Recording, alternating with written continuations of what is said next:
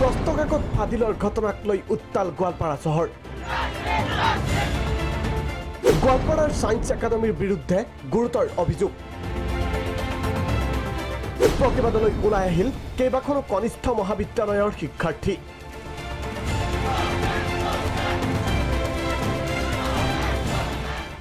ইয়াতে মই লৈ আহিছো মানে সায়েন্স একাডেমি যিখিনি মডেল কোশ্চিন ওলাইছিল তাৰ লগত যিখিনি আমাৰ মেইন কোশ্চিন আছে মেথমেটিক আছে মই লৈ আহিছো।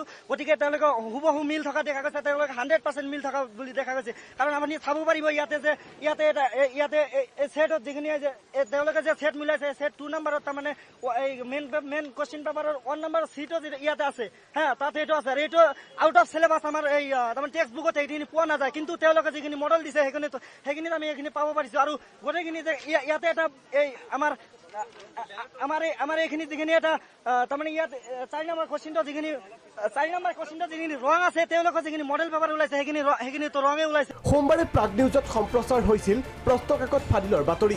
তাৰ পিছতেই এইদৰে গোৱালপাৰা চহৰ উত্তাল হৈ পৰিল। সায়েন্স একাডেমীৰ বিৰুদ্ধে সৰব হৈ পৰিছে শ শ শিক্ষাৰ্থী। সায়েন্স একাডেমীৰ পৰা কৰিছে মানে কোশ্চিনটো আমিও পাইছিলোঁ, মানে পোৱাৰ পিছত চাইছোঁ যে গোটেইকেইটা মিল আছে, একেবাৰে কেমিষ্ট্ৰি ফিজিক্স আৰু মেথছৰ গোটেইকেইটা। তাৰিখ মই ফিজিক্সৰ আৰু আছে, ফিজিক্সৰ অলৰেডি পাই গৈছোঁ, ফিজিক্সৰো তেনেকুৱা হৈছে।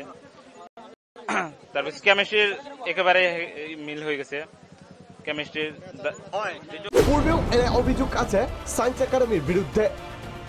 শিক্ষা বিভাগৰ উচ্চপদস্থ বিষয়াৰ মতে মিতিৰলি থকাৰ বাবেই শিক্ষা প্ৰতিষ্ঠানৰ বিৰুদ্ধে হোৱা নাই কোনো তদন্ত। এইবাৰো ঘটিল প্ৰস্তকাকত ফাদিলৰ ঘটনা, যাৰ বাবে ক্ষুব্ধ হৈ পৰিছে জিলাখনৰ অন্যান্য শিক্ষা প্ৰতিষ্ঠানৰ ছাত্ৰ ছাত্ৰী। গোৱালপাৰাৰ পৰা যোগেন সূত্ৰধৰ, প্ৰাগ নিউজ।